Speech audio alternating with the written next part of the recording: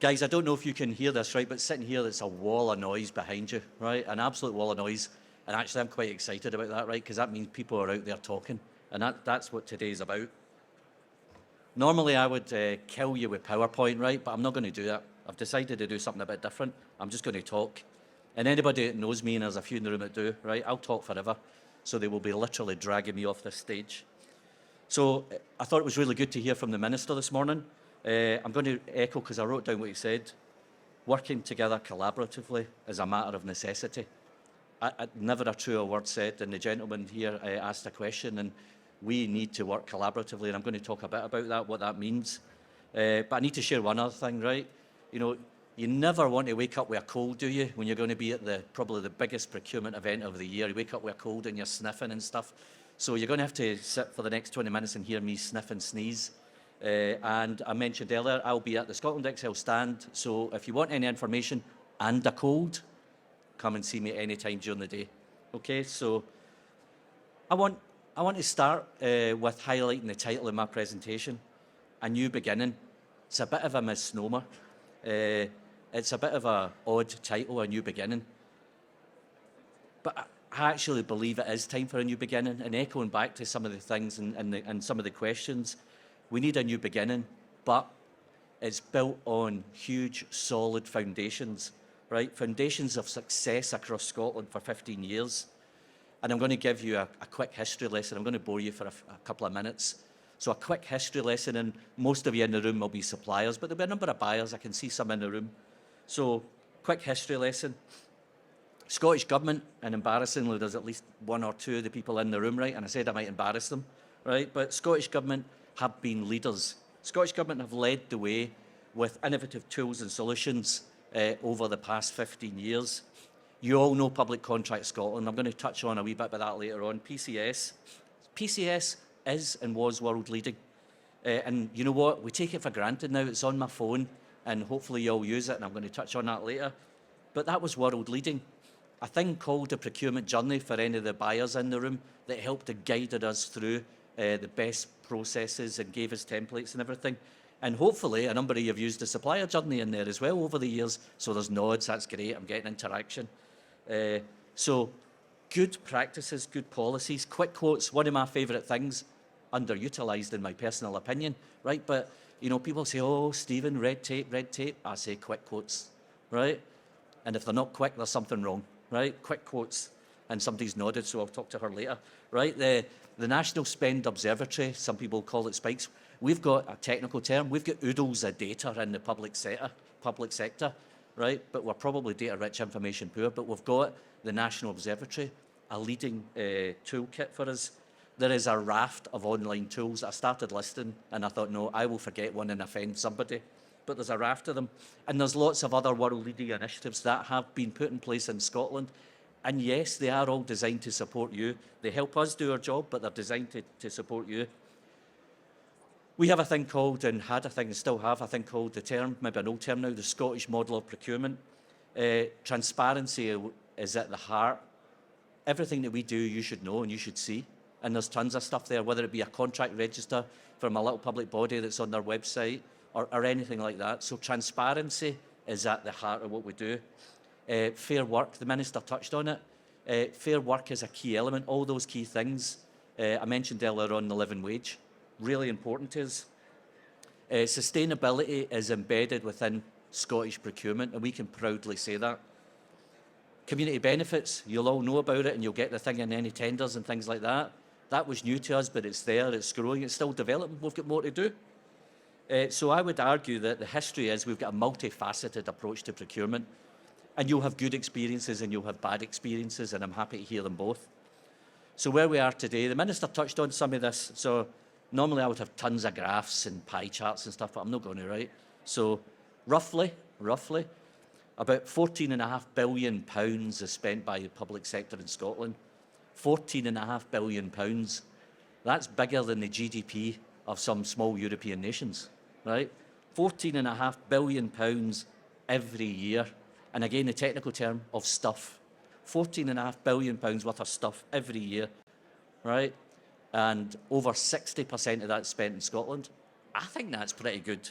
right? That's over £8 billion every year spent by the Scottish public sector, but we don't jump up and down about it. More than 22,000 businesses in 1 year worked with the Scottish public sector, right? Scottish businesses in 1 year. And that number is grossly lower than it should be because we do direct. We don't talk about subcontract. A number of you in the room might work all the time with the public sector, but it might be via a subcontract route. We don't measure that. But we know and we can touch and feel when we're building our schools. We know that subcontract is a big part of it.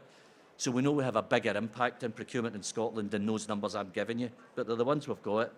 And local procurement, everybody wants to talk about local procurement, but a good proportion of that spend is actually by a public body and spent within organisation, within organisations within their own domiciled region. So I make no apology for the quick history lesson. I make no apology for banging the drum, but we've done this together. We've done a lot. I think we've done well, and we don't celebrate success enough. So I talk a lot in councils and things like that. Councils are our primary members, and we don't celebrate the success. We get things wrong, but we don't celebrate success. But you guys as suppliers are our partners, and I'm going to talk about partnerships. So suppliers, so welcome to the many suppliers in the room today. Honestly, the wall of noise, and I'm so happy to be here today. I'm so excited.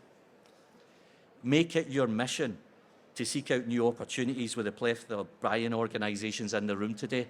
The gentleman who talked about NHS, so there are a number of NHS organisations in the room today.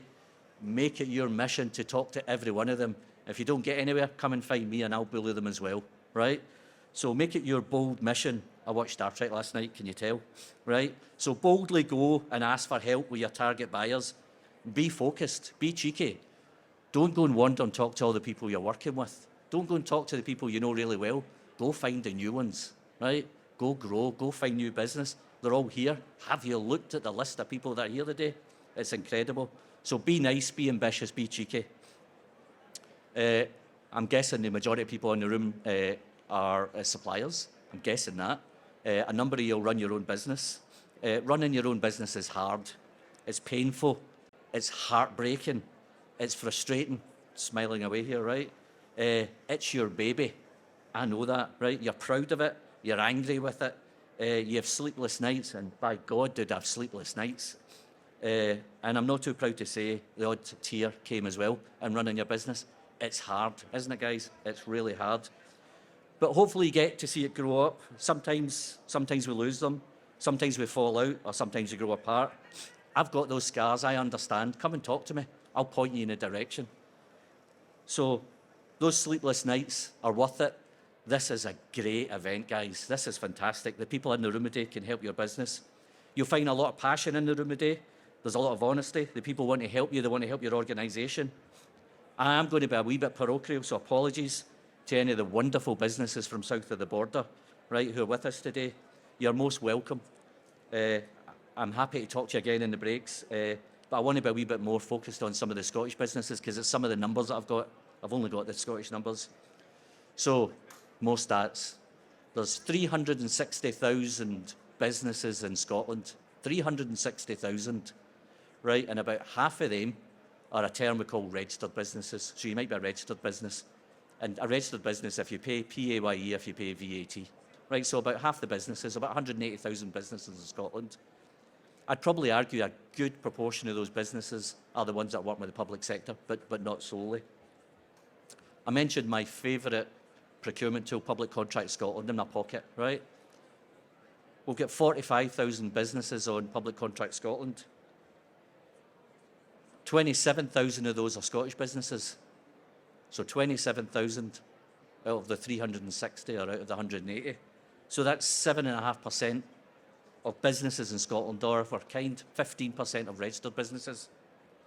Is that okay? Is that okay? Right, well, I know that not every business wants to deal with the public sector. I know it might be in a different market, but is that okay? Can we not just add every business? Should we be cheeky in the future? Should we be bolder? Should we opt out? Has that been too ambitious? Has that been too cheeky? Could it work? We all know if you've started a business, you know, the oodles of information you get sent, the companies and stuff like that. Maybe we should just be a bit more ambitious and look at that. A really key message to anybody in the room, right? If any of you guys are not in Public Contract Scotland, you need to be. Why aren't you?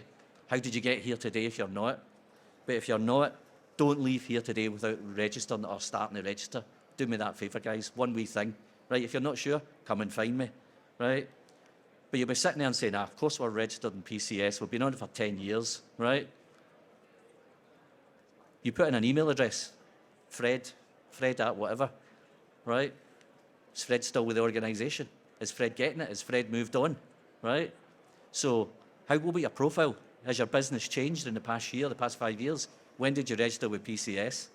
Make sure it's up to date. It's really important, guys. You have no idea the work we do and my friends from Scottish Government do to promote it and get it used. But what if you've not got the right information? And so we ask, and it happens all the time, folks. I work with SMEs all the time, right?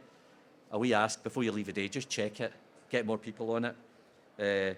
We need more people participating in this journey. We need more businesses. Every event we run with suppliers, we talk about that, and SDP as well. SDP, great organisation. The last time at Procurex, if any were at Procurex, you could look at the path between our stand and the SDP stand. The carpet was worn thin because we want to keep sending people there because it's a great resource we need to be using more. We're delighted to be working closer with SDP and participating today. We are a partner of SDP. But folks, again, the Minister touched on a wee bit of this. Where do we find ourselves today? The past 2-3 years have been challenging, probably the most challenging I've known in my career. My career, as was briefly mentioned, was largely private sector and industry, in an industry that leapt forward and fell back on a very regular occurrence. The past 15 years I've been working with the public sector and latterly with Scotland Excel. Never has there been a greater need to understand our supply chains. All of us, you guys as suppliers as well. We've all learned a very hard, and some of us, me included, a very personal lesson on that over the past years. We had our annual conference last week, so we had a lot of procurement people from local government at it, and a number of speakers stood up and they talked about the environment we find ourselves in. I won't list the many issues we've faced and we continue to face, but the picture is stark post-pandemic, isn't it? Excuse me. So the Minister mentioned some of them: Ukraine, global finance, geopolitics, local politics, and many other challenges. And folks, in the supply chain, the past years have taught us the interconnected nature of our lives and the complexity of supply chains. And I know certainly as public bodies, that's something that we've seen, and I know you as organisations will be the same. Do you know, I had to look this up. It was only 2 years ago that big ship took a wrong turn and got stuck in the Suez Canal and impacted all our supply chains. It was only 2 years ago. And if anybody's heard of the Great Silk Road Railway, right, you know, the great alternative to shipping all these things from Asia, railroad, big investment in that railroad that comes straight through, Russia and Ukraine, right? So logistics is a fickle thing. Those shipping containers, we all took them for granted until they were all sitting in the West empty when we needed our stuff from the East and there was no containers, we're all here. Who thought when you were sitting as a buyer buying things, or you as a supplier and trying to do that? Who'd have thought? You know, and I learned an interesting thing this year as well about how President Trump made the potholes outside this building worse. And it's like, what on earth are they talking about? So President Trump, back in 2019, put embargoes in Venezuela, sanctions in Venezuela. That's where all the crude came from for the bitumen for our potholes.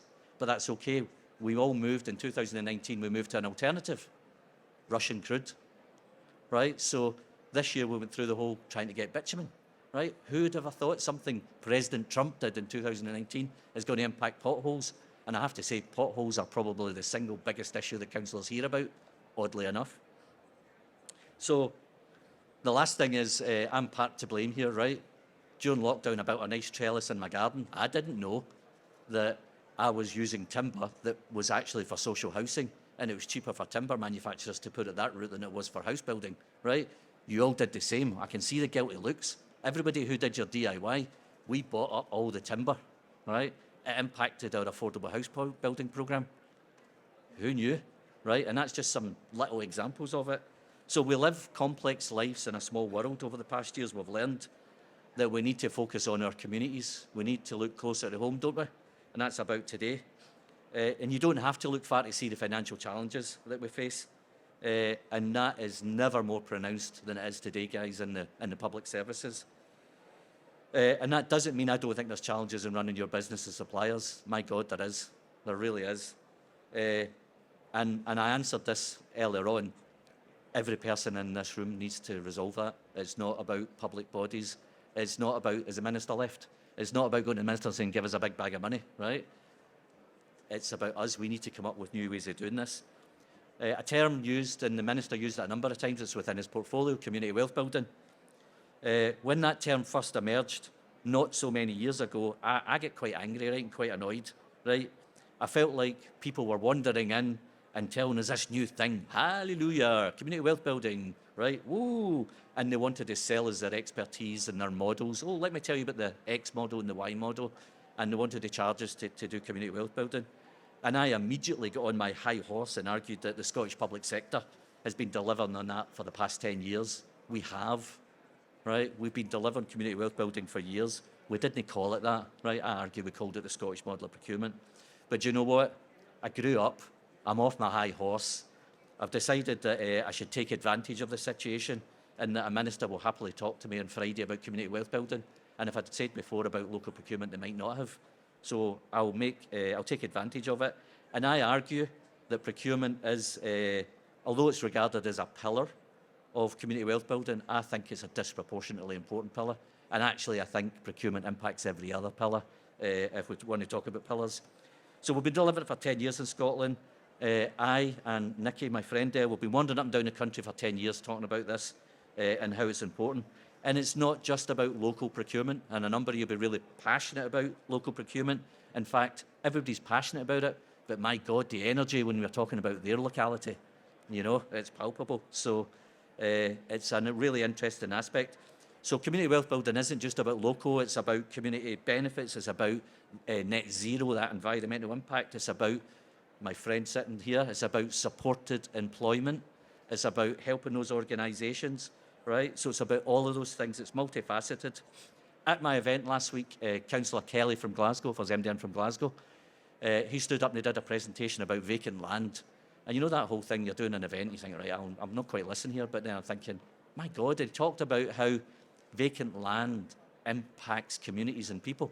And he talked about some of the Glasgow communities, about somebody coming out and every day seeing this vacant land and what we need to do about it, and about taking a riskier approach. We don't know who owns it, but we're going to tidy it up. We'll suffer the consequences later. Community asset transfer. The legislation, I think, I'm sure somebody will correct me, I think it's probably been in place for nearly 10 years now. But are we using it enough? Could we not use it more? Should we be doing things differently? Should we be doing things differently and trying to understand what we do with that money elsewhere?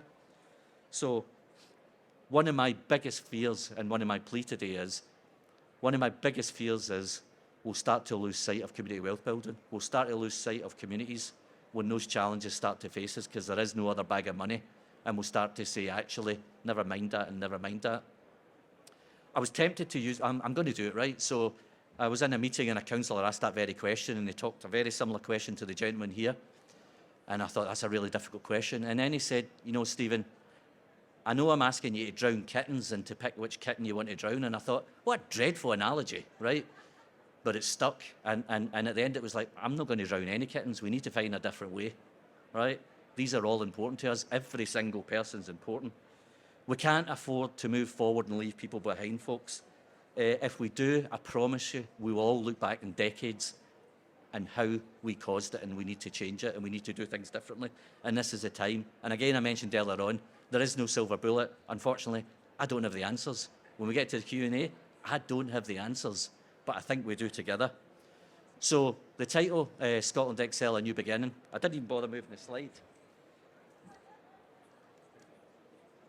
Doesn't work anyway, but it doesn't matter, right? Because there's just a picture, a new beginning, a misnomer, right? We are 15 years old this year. Our organisation formed 15 years ago, and it only seems like yesterday we had a wee birthday party. It was our 10th birthday, and we had a wee cake, and we blew out the candles and all that kind of stuff. It was lovely.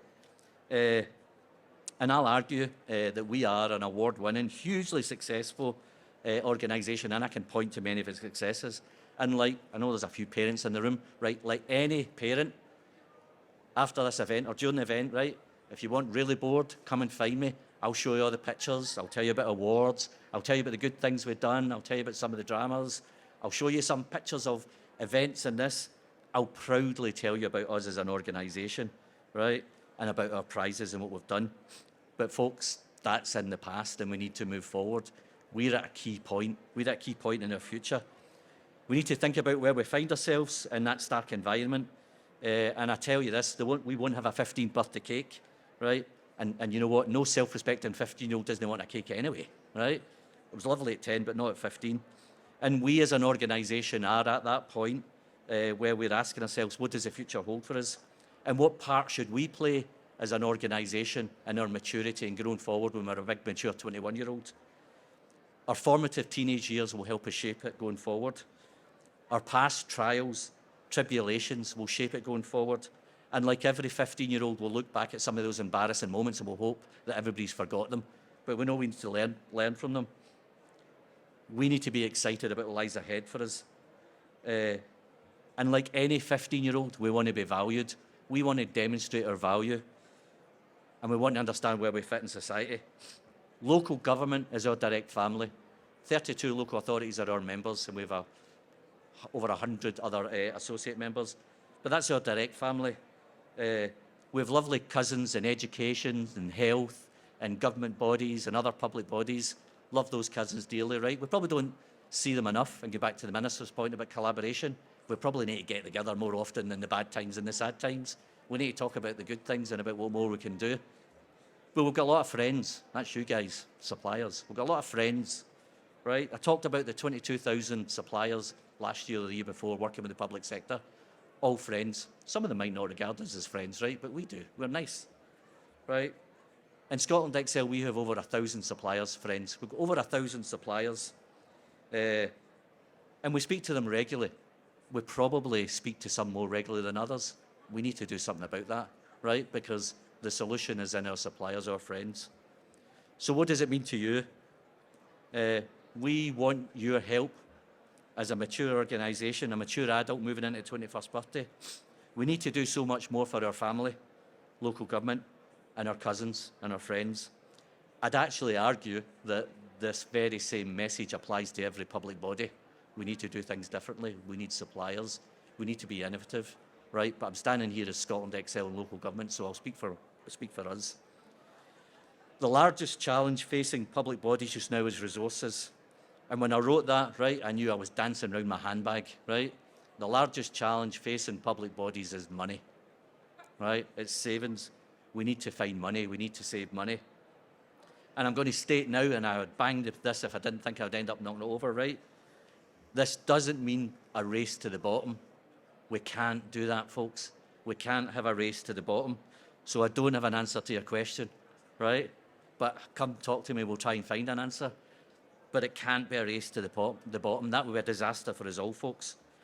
So our challenge over the coming years is how do we save money and not leave communities and people behind? How do we avoid that race to the bottom? How does it work in procurement? How do we evaluate in the legislation and remember that?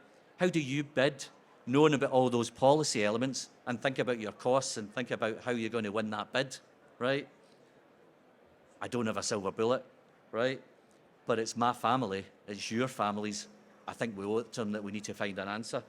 And like any 15-year-old, we'll make decisions that are unpopular.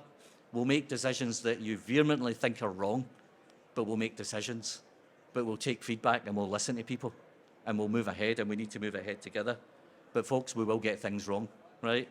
Show me a 15-year-old that hasn't, right? We need better partnerships, and the Minister started off with that. They need to be closer partnerships. You know what? It's no partnerships. We need relationships, right? We need relationships, and we need to be honest with each other. We shouldn't be afraid to tell each other when things are wrong. We shouldn't be afraid to say, you're talking pants, Stephen, or technical terms you're going to use, right? We need to be honest with each other, and we need to be honest with you. You know, and I love these events, and I will be honest when the wee man comes up and says, oh, I want to tell you about widgets, and it's like, look, I don't think councils are ever going to buy widgets, but actually, why aren't you talking to? And if I can help, I will, right? Often you know better than us, You are the experts, right? You will know if we can work in a different way. You are your experts in your field, not us. So more recently, and some of my colleagues in the room, we've been having, in this new rebirth of Scotland Excel, we've been having some big meetings and honest meetings and just started them. So if there's any suppliers in the room and hasn't done them yet, right, your time is coming. We've been bringing our suppliers in and say, what are we doing that's plain daft, right? What's your frustration in working with a council that you think is mental, but you're quoting it because that's what's on the specification, right? What new technology do you have up your sleeve that you think actually this could change the way you do and could save money because it's my community as well? What are the efficiency things that we should be doing in local government and maybe the wider public sector that you know about that you maybe have given up on, right? Because you've chapped on the door 3 times and you've never got in to talk about it. We're open. We want to hear. We need to hear. We need to find money. We need to find money for our communities. And actually, it's been really successful. And it's been things like, do you know what? You get X deliveries a week. That's daft. You order things at a fiver and it costs you 25. It's some of the things you would think are obvious, right? And some of it's technology. Have you seen this new cleaner? Right? So there are different things. We need to be innovative. We need to be open to innovation. I don't think they're here today, but Scotland Innovates. If you don't know about that, come and find me and I'll point you in the right direction to somebody, right? So it's a group about taking your new ideas and helping you channel your new ideas into the public sector. We were and we are an innovative nation. We need to be back there again. We want to hear the new ideas. So I mentioned this earlier on that for us in Scotland Excel, 86% of our suppliers pay the real living wage. And that's a real important thing to our members. And truth be told, it's important to me, it's important to us. We had our, I don't know, maybe somebody was at it, right? But we had our awards event this week for suppliers, standing up and celebrating the great work that you do in Scotland Excel, the suppliers. And Julie, my boss, in our open address, and she did a throwaway comment, 86% of Scotland Excel suppliers pay the real living wage. And the room burst into applause. 350 suppliers, round of applause. Alistair was there, he'll back me up here, right? Round of applause, and I was like, oh, right. That was important to them equally as much as it was to us. So we need to find a way of doing it and supporting it, but there is no big bag of money, right? So it's a key ask. We need to move forward to that. So community wealth building remains at the heart of what we do. It always will, and it should be for everybody else in the room. Supported businesses, right? Alistair, can you stand up, please? Nothing like a bit of embarrassment. This is Alistair, right? Alistair's in a stand today. I'd like every single person to go and talk to Alistair about supported business, and he'll tell you about a wonderful thing you have in your community that we need to do more with. Alistair, you can sit down. Right? So to suppliers, we need you more than ever, right? We need to make a difference. It's going to be an interesting 2 to 3 years. Interesting is my favourite word, right? Because it means everything, right? It means scary, it means good, it means bad, right? It's an interesting 2 to 3 years ahead of us. We need to move in the right direction. And I firmly believe, guys, we're at a point that we can head in that direction. It'll take us time. It's going to be hard, but we need to move in that direction. Can't be a race to the bottom. I deliberately didn't use slides today, right? Because I didn't want to be showing you all my charts and stuff like that, but I'll bore you to death with pie charts and all that kind of stuff. I wanted to answer your questions. The only slide that if I can, oh, there we go. The only slide I'm going to leave you with is a promise, right? Every single person you need to talk to about growing your business and doing business is in the room out there. Every single person, right? What an event today. If you can't find them, if you can't get an answer, that's my email address, right? That's my email address. I promise you I'll give you a response. How about that for madness, right? I will give you a response. Come and find me the day. I'll give you a response, or I'll try and signpost you.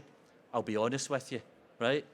I might not be able to do anything, but I'll try. I'm willing to try. That's my email address, right? I'm sure it'll be shared with all the slides and stuff like that. I'll be on the stand. If you could do me a wee favour so that I keep my promise, shove in the subject, meet the buyer, so that I can hone in on those and keep my promise to you guys. So guys, boldly go. Good luck. Work hard. Get out there and talk to people. Talk to everybody. Talk to anybody. I'll be on the Scotland Excel stand if you want to chat.